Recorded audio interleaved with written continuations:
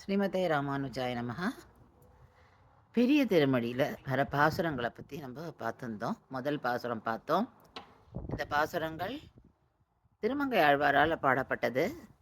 அதில் அவர் முதல் பாசுரம் வாடினேன் வருந்தினேன் அது அப்போ எப்படி அவர் அந்த டிரான்ஸ்ஃபர்மேஷன் வந்தவுடனே அவர் பெருமாளை நினச்சி உருகிறார். நான் இப்படி ஆயிட்டேனே, நான் இப்படிலாம் இருந்தேனே அப்படின்னு சொல்லி அவர் வருந்துறார். அவர் இப்போ ரெண்டாவது பாசுரம் இதில் ஆவியே அமுதே அப்படின்னு அதாவது அவர் தனக்குள்ளே அப்படியே மனசுக்குள்ளே அப்படி புலம்பிக்கிறார். இது மாதிரி நான் வேண்டாத விஷயங்கள் எல்லாம் போயிட்டேனே, பெண்கள் பின்னாடிலாம் போனேனே, பழுது போயினேன்ற நாட்கள் பழுது போயினேன்றார். என்னோட நாட்களெல்லாம் நான் வீணாக்கிட்டேனே, இப்படி போயிடுத்தே அப்படின்னு சொல்லி அந்த பழைய இதை நினச்சி அவர் கதறார். அப்போது அவர் திருக்குடந்தையில் ஸ்ரீ ஆறாம் முதனை அவரை நினச்சி சொல்கிறார்.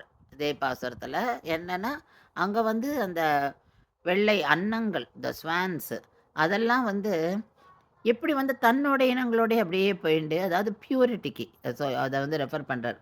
அதுகள் இருக்கிற இடமே அப்படி ஒரு டிவைன் அட்மாஸ்பியராம். ஸோ அந்த அன்னங்களை பற்றி சொல்லிட்டு குடந்தை ஆறாவமுதே அப்படிங்கிறார்.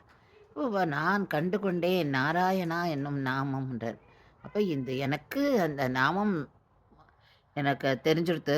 இனிமேல் நான் எந்த இதுலேயும் என்னுடைய பழைய அந்த வழக்கங்கள்லேருந்து விடுபட்டுடுவேன், அதுக்கெல்லாம் போகமாட்டேன் அப்படின்னு சொல்லிட்டு பெருமாள் கிட்ட அந்த சரண்டரான, அதாவது சரணாகதி அடைஞ்சது சொல்கிறார். ஸோ இந்த ஒரு பாட்டும் நம்ம பார்த்தோம்னாக்கா அப்படியே மனமுருகி அப்படியே வருந்தி அவரோட பழசு இப்போ நினைக்கிறதுக்கு அவருக்கு பிடிக்கலை. ஸோ அதை தான் நம்ம பார்க்குறோம். இதை நம்ம பாட்டாக இப்போ கேட்கலாம். பெரிய திருமொழியிலேருந்து திருமங்கையாழ்வாருடைய பாசுரம்.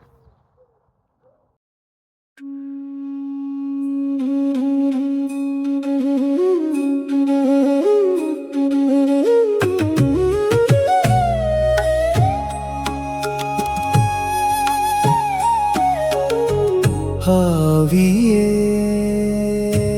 அமுதே என நினைந்து ஒருகி அவரவர் பனைமுலை துணையா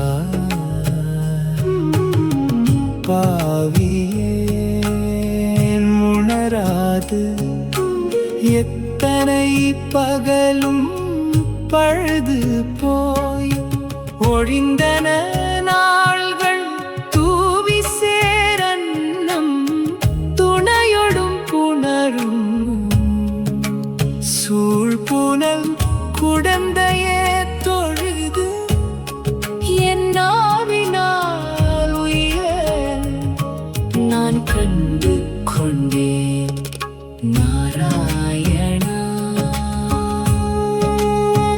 என்னும் நாமம். நாராயணா என்னும் நாமம்.